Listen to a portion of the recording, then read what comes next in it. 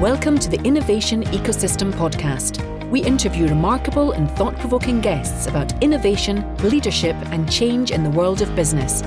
Whether you're an executive or an entrepreneur, our objective is to help you and your organisation create an entrepreneurial culture, become more innovative, and better able to respond to change. Each week, we'll deconstruct world-class performance from the arenas of business, academia, science, and sports. Each week, you can expect key insights, fresh perspectives, and proven tools you can use straight away to make you more successful professionally and personally. With your hosts, Mark Bidwell and Roddy Miller. Last week's guest was Chris Bezic, who specialises in helping organisations build cultures of innovation. The interview has proven very popular for executives and practitioners wrestling with how to make innovation happen in their organisations and businesses. And if this is the topic that you relate to, I strongly suggest you listen to the interview. You can also download a chapter from his new book on our site, www.innovationecosystem.com, and that'll be in the show notes of the episode with Chris Bezic. This week, I'm really pleased to talk to a man I first met 30 years ago at the Royal Geographical Society in London, where both he and I are fellows, and with whom I've done some consultancy work for clients here in Europe. Rob Swan, OBE, was the first man to walk unassisted to the North and South Poles. He's arguably the most famous explorer alive today. And he talks about how he became an explorer, why diversity is a matter of life or death, and how and why he developed a 50-year mission. And as you listen, it'll become very clear to you why he is in such demand as a speaker, both in the corporate world, but also to groups of youth and leaders all around the world. So I hope you enjoy this fascinating interview with Rob Swan, OBE. Welcome to the Innovation Ecosystem Podcast. My guest today is Robert Swan, OBE, who is the world's first person to walk to both the North and the South Poles. He earned his place alongside the greatest explorers in history by accomplishing this feat by the age of 33. Since 2003, Swan has led annual expeditions to Antarctica with students and business executives to heighten awareness of the Antarctic and build advocacy to ensure its survival as a wilderness. In recognition of his work, Her Majesty the Queen awarded him the distinction of OBE, Officer of the Order of the British Empire, and the Polar Medal. So welcome to the show, Rob. Wonderful to be with you. So I first heard you talk at the Royal Geographical Society in the late 1980s, and then 30 years later, we met working with the CEO and his leadership team on helping his company become more innovative. And I'm curious, as I'm sure our listeners are, how did you become an explorer?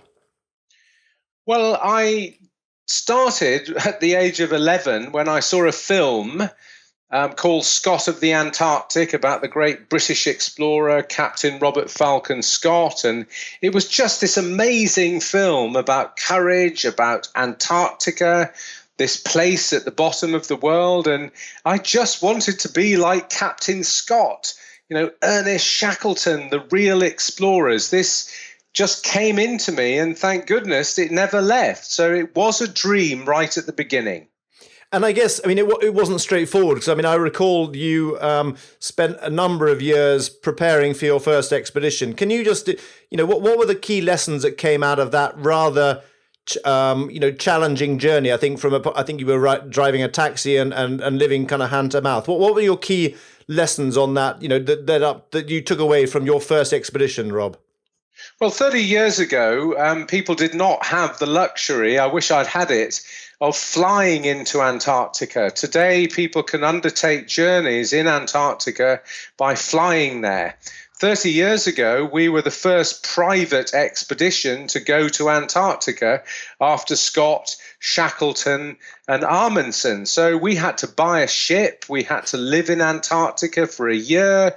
We had to have all kinds of extra expenditure. So 30 years ago, I had to raise $5 million, which is a stack load of money today, but it was a huge amount 30 years ago.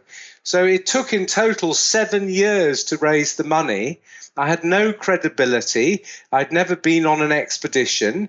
I was really doing the whole thing because it went down well with girls at parties. This was just a young person with a crazy dream in many ways. But what I learned is that in a world, even then, dominated by, I think, too much instant communication, I learned that people would take me seriously if I actually walked the talk, if I actually believed in what I was saying, that I was willing to spend those years working as a taxi driver on the streets of London.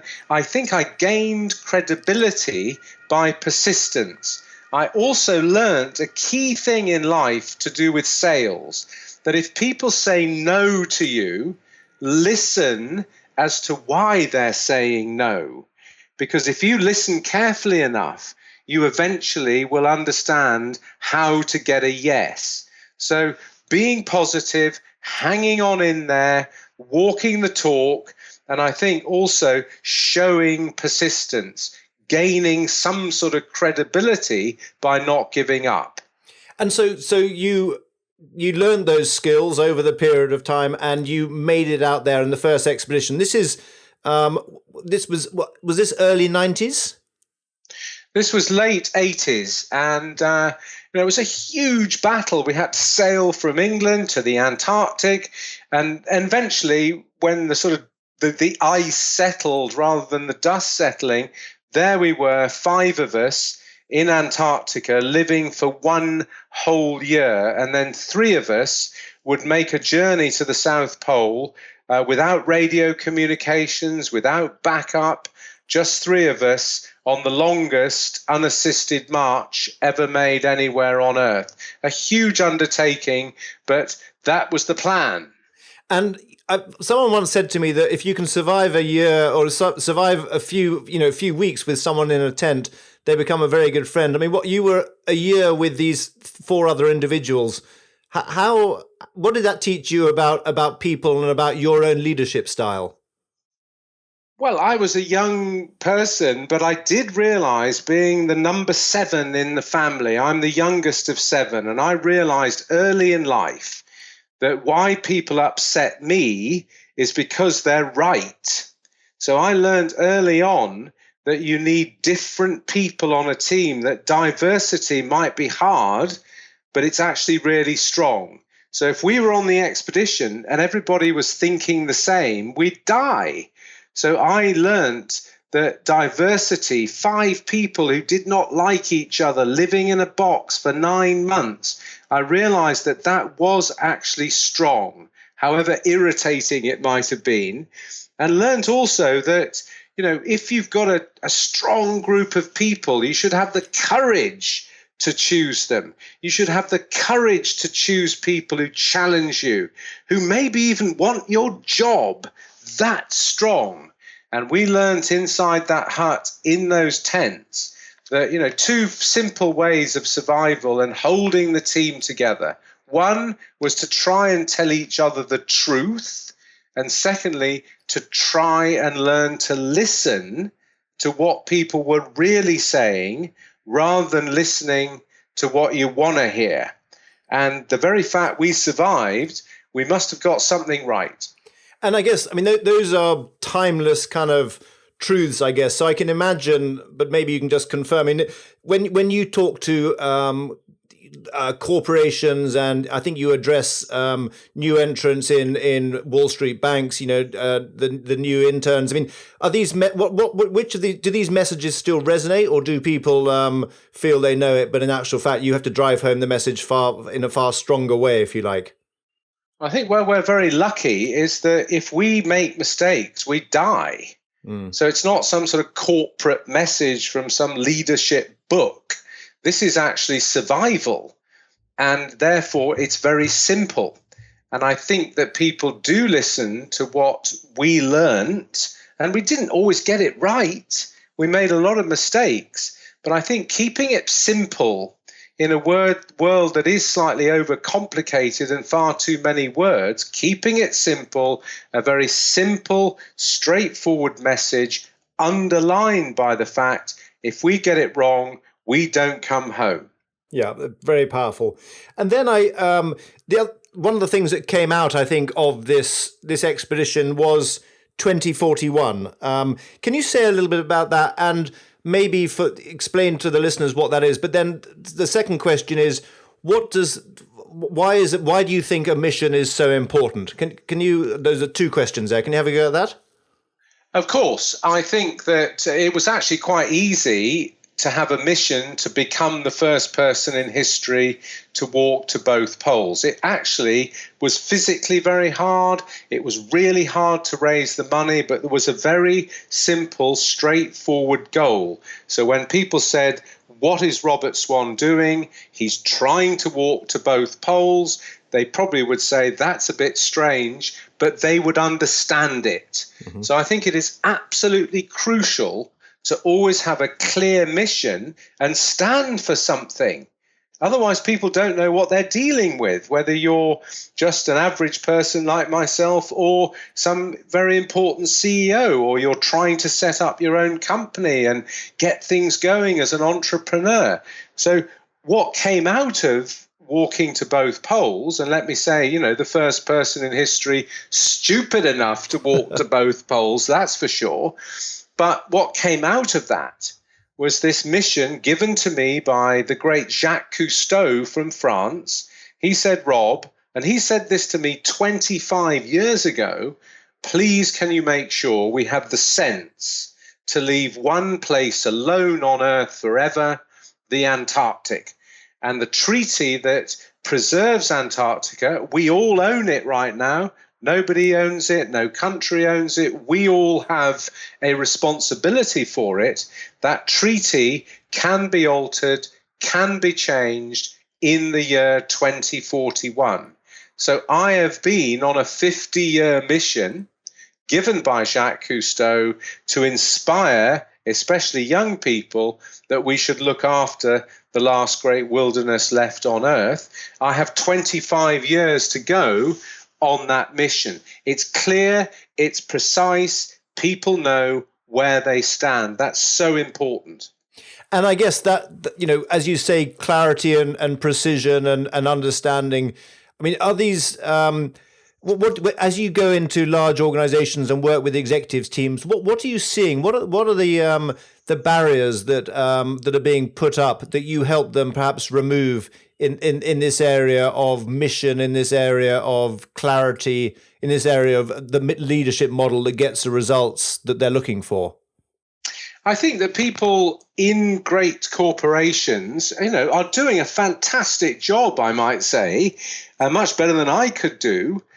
But what I try and bring to the table is this idea that all of us often overcomplicate things. Maybe we don't stand back enough to see where we really are. And I think it's terribly important to stand back and think about one simple thing, especially as a leader. And that doesn't matter whether you're a leader on your own with one person setting up a company, or you're the leader of a massive, fantastic corporation. What people get wrong, in my humble opinion, is that they expect people to remain inspired by one simple message that you give. One big speech to the annual conference, one quick chat to the one person that works with you or your small team. No, human nature is such that inspiration tails away. So I think it's really important to revisit inspiration, to go back to your people and tell them where things are, re-inspire them on the mission, keep it simple. I call it sustainable inspiration. Go back and not expect people to be psychic. On average, we are not psychic. So go back, revisit, don't just drive the ship and expect those people behind you in the engine room running the ship as a metaphor that they actually know exactly what you're thinking and doing. So I think more communications, more sustainable inspiration is a huge part of what I see missing. I think the second thing I see missing is that people are not as truthful as they should be, in my opinion. I don't think that people trust each other enough in companies. And especially a lot of leaders I meet pretend to empower people, but they don't really.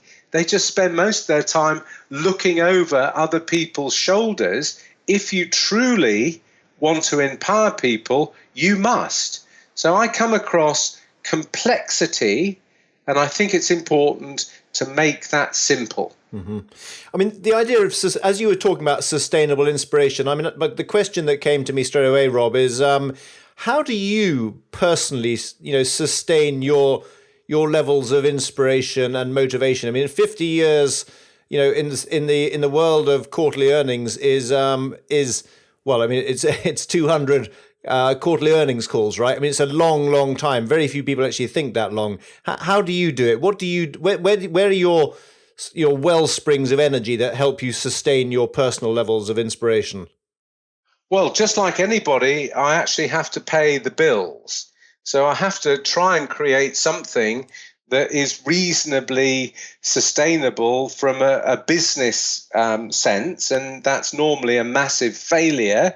But I do try to be businesslike. I also believe that it's important that if somebody in my area on preservation and inspiration of young people needs to try and at least be businesslike, otherwise businesses don't take you seriously. So yes, I am inspired to try and pay my bills, to make sure that my medical insurance is covered and that my son can go to college. Pretty simple stuff like everybody else. But when I look at our world, I'm truly inspired by hope. We live in such a gloomy world. We live in a world that's over-dominated by negative news. And what inspires me is to try and be, in my own very small way, positive amongst that negativity. Mm-hmm. And it really inspires me to have returned very recently from the Antarctic with 140 young leaders from 30 different nations, and to see their enthusiasm and their hope. And Facebook is like on fire, and all these young people have really come back inspired in a way that makes me want to carry on. So I think, like anybody, I'm inspired by results. I'm inspired to try and do my best. But truly, I'm inspired when I think of where we are. We're on this tiny, small dot in a universe that goes on forever. I'm very privileged to work closely with NASA on some of the new missions that we're undertaking in Antarctica. And as they say, there is no one anywhere out there in the kind of sphere that we've got to. So we're pretty much on our own, and we should, as best we can, look after what we have because there's nowhere else to go. So that inspires me. Excellent. So let's go to, you mentioned just at the end that you've just come back from Antarctica. You had 140 people from 30 nations. I'm curious, was this a mixture of executives and young people, or was it fundamentally young people on this trip? Now, what I like to do in Antarctica is to have the full mix. So we have executives who come, and they are our mentors to Antarctica, and they're mixed in with fabulous young people from a diversity of nations of which I'm so proud. So you've got the young people from Afghanistan, Iran, Iraq, the United Arab Emirates, really important countries to me, mixed in with senior executives from the UK, Switzerland, Germany, the United States of America. And what's really interesting, Mark, is that the executives go away hugely refreshed and inspired by the young people. Because after all, they need to learn how young people really think, because their businesses within the next 15 or 20 years are going to have these young people employed. These young people are going to be people who are buying their products or their services. So they go away, both sides, truly inspired by each other. And that's a magic mix, especially in the most extraordinary place on Earth, Antarctica. So, a number of our listeners are millennials, and they constitute today the most significant economic force in the history of mankind demographically. And as you say, a number of them actually are beginning to run some of these large organizations. I'm curious, but also our listeners are executives and senior leaders in some of these more mature, perhaps, organizations. So give us a sense, during this, just paint a little picture as if I was, watching on a video. The first evening when you've got, you're talking to some executives and some younger people in I don't know whether it was a bar on the ship or on the, but I'm just trying to get a sense of what kind of conversations were happening. What are the give us an example of a couple of the big insights that people took away early on that really surprised them from this experience this immersive experience you've invited them into. Well, what is fantastic about going to Antarctica, is that there isn't a mobile phone buzzing on your desk or in front of you, because they don't work. Mm-hmm. So for people actually can have conversations, which is fantastic. And it's very simple. It really is simple. First, we are in the last great wilderness left on Earth, and outside you have the most spectacular place, which is trying to tell us something. We see where the great ice caps are melting. We see evidence that, for climate change doubters, just go to Antarctica and you'll see, huge areas of ice that shouldn't be breaking off. So that is, without being negative, is incredibly positive. The second thing, which is really, really important that we try and work on from day one, is this idea that all of us have a leadership story. You cannot inspire other people if you don't have a leadership story. Who are you? What have you done so far? How are you going to take this forward? And we spend a lot of time on the expedition working with people on their leadership story. Is, where you're going? How is your story going to engage with other people? So people go back, with a really good method and way and content for their story. And for any of our listeners, get your story right. Because when you're in front of either your entire company, or you're in front of your first possible sale as a young entrepreneur, get your story right. Without a story, you will not inspire other people in order to engage with what you're trying to say. And if what you're trying to say is, hey, let's do the right thing on the environment, let's get more renewable energy going, let's make businesses out of looking after our little old world, get your story right. That's probably the biggest thing that we work on during the expedition, as well as leadership skills, teamwork skills, and also understanding how to take on sustainability as part of your life, not having it as a separate issue, but having it integral to your life. And you talk, clearly this is a hugely powerful, transformative experience for a lot of people coming on this kind of expedition. To what extent have you? What are the some of the younger participants who are faced with life choices, who are perhaps thinking about how they're going to spend their life?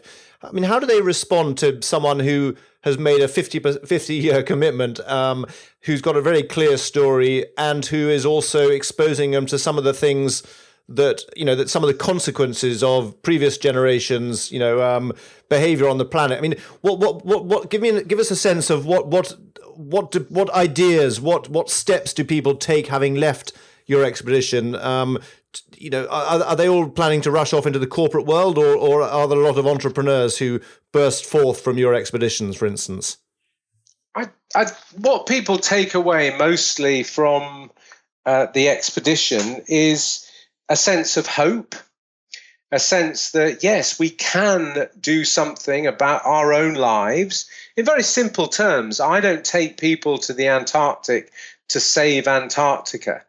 I take people to the Antarctic to make sure we help them make a huge success of their lives, their hopes, their dreams, their corporate careers, their entrepreneurial careers. Why? Because that really puts them in a strong position that in 25 years' time, when our world will decide on the future of the last great wilderness left on Earth, and please bear in mind that, if we let Antarctica go, there's nowhere left that we could show generations, thousands of years from now that we actually did the right thing. So in 25 years' time, successful people will be in a position to help preserve the Antarctic. So it's helping them now so they can help us in a powerful position in the future. And what people do, really interestingly, is to feel not like they're going to go and hug a tree and sort of be all green. No. What they come back with is that sense that they could set up their own business. They could become a really good entrepreneur.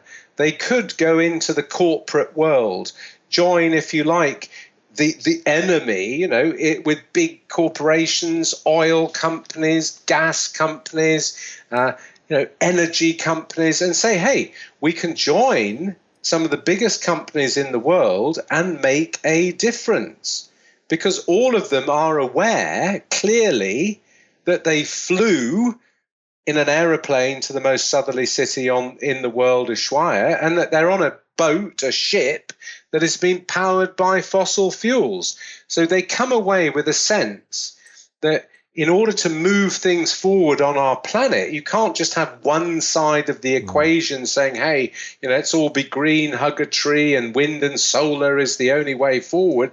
No, there is a balance somewhere in the middle. And making good business is key, especially if those young people, which many, many do, come from countries like India, China, the future powerhouses of the planet. So when they go back to those nations, they're thinking, hey, we've got to set up a business, we've got to get things going, but let's do all those things in the most sustainable way we possibly can. Why? Because it means good business. Got it. So, Rob, thanks for that. What are your plans for the future?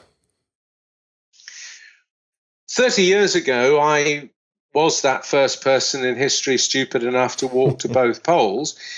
And over the last couple of years, the situation that we face on Earth, Mark, I am not an explorer. I'm not an environmentalist. I don't even like the word. I'm not a scientist. But actually, you're speaking to a person that is pretty good at staying alive. I'm a survivor, whether that be in business or it be on expeditions.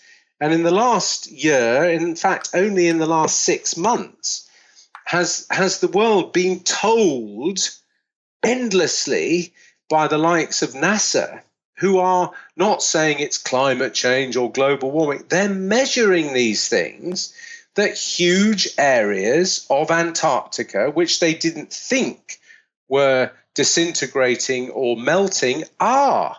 Now, that might be to do with climate change. It could be just part of the natural cycle. Personally, I believe we are responsible, with 7.2 billion of us pumping out a hell of a lot of energy into the atmosphere. I think we probably are responsible for some of these things. So that is a massive challenge. Sea level will rise. Antarctica is disintegrating, and we need to respond to that challenge. So over the next 2 years, we're undertaking what we call the South Pole Energy Challenge. And I'm so proud to be partnered with NASA on this. And basically what we're doing is that at the end of 2017, my son, Barney, who's 21, and I are undertaking a 600-mile journey on foot from the edge of the Antarctic. And trust me, this is what wasn't actually in the plan of life, because at my age, I'll be 60. To undertake a journey like this is pretty damn hard work, but we're doing it at the end of 2017, and we're going to survive only on renewable energy, something that has never been done in the Antarctic. So this requires very careful use of small wind, small solar to melt the ice so we can drink and survive, and our backup will be some fantastically strange biofuels, to really inspire young people. We've got biofuel made from maggots. We've got biofuel made from waste coffee, from waste food, just to show young people who are following my son and I, and he can deal with all the fabulous young people. I will deal with the more senior people, to say, hey, we're out here freezing our you-know-whats off it again. And we're surviving on renewable energy. We're walking across the great ice caps that deep down are melting, which are a threat to our world. And hey, what are you doing with your energy? In a really positive way, inspiring people to think about energy, to think about perhaps using more renewable energy, etc., etc., etc. To get there, I might be stupid, Mark, but I'm not crazy. So to get there, at the end of this year, 2016, I'm taking a team down to Antarctica to test out all of these different types of renewable energy. So when we undertake the expedition, we're not going to be close to death yet again. So a lot of communications, a lot of effort, a lot of inspiration for young people, because what young people say to me, Mark, is very simple. They say, Rob, we do not need any more information. We have too much. What we need is inspiration. And that is what we try to do in our very own small way.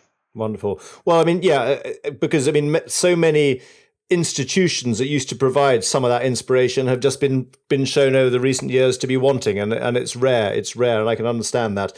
So where can people get in touch with you, Rob? And I think there's also there's your wonderful YouTube video. It's been viewed by several million people, which we'll put in the show notes. But where can people get in touch with you?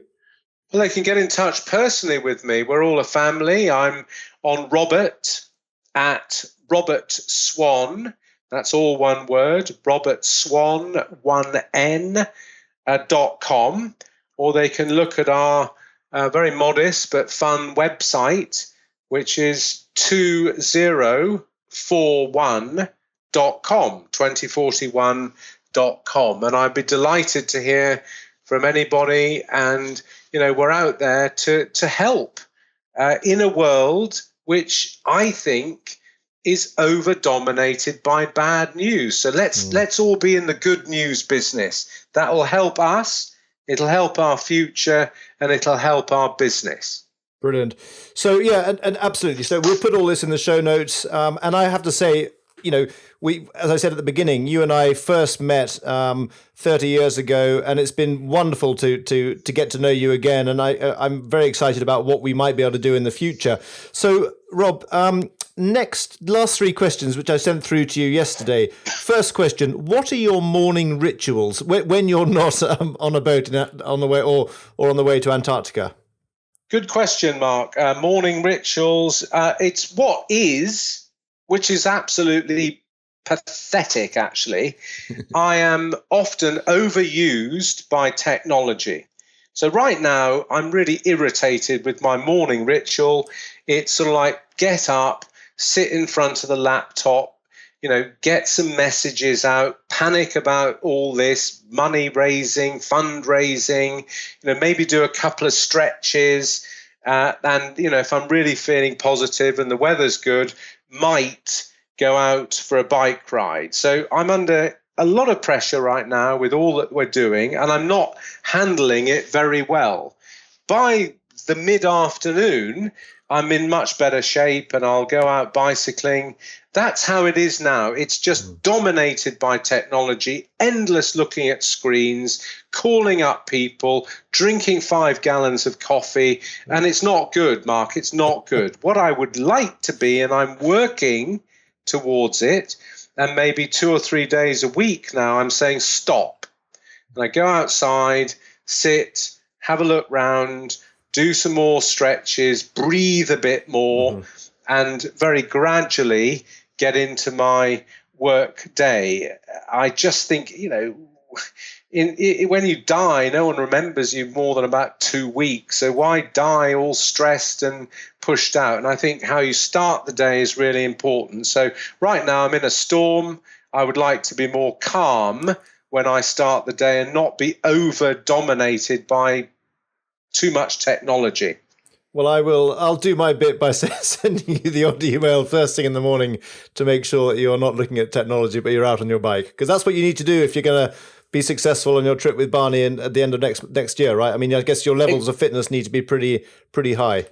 Yeah, and that is, an absolute priority. And a lot of people say to me, Rob, why do you keep doing these things? Well, actually, I keep doing these things because exactly what you just said. At the end of this year, I've got to be ready to roll, and it'll really, really hurt me, and perhaps even be dangerous if I don't get my act together. So, yeah, it's an inspiration to look after me more than perhaps sometimes I have. Yep. Okay. Second question, what have you changed your mind about recently, Rob? I've changed my mind recently about the volume of work that I take on. I have always been somebody blessed with a massive amount of energy, a massive amount of attack power.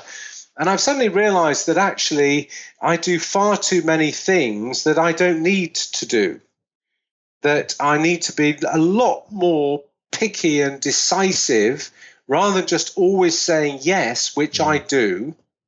I have to learn to politely say no and manage my time much, much better, and not just rely on the fact that I have an endless supply of firepower.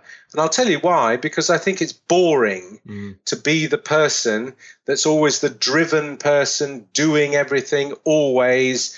And my son Barney has helped me hugely in making that choice. Dad, let's just say no. So I'm saying no more than I ever have.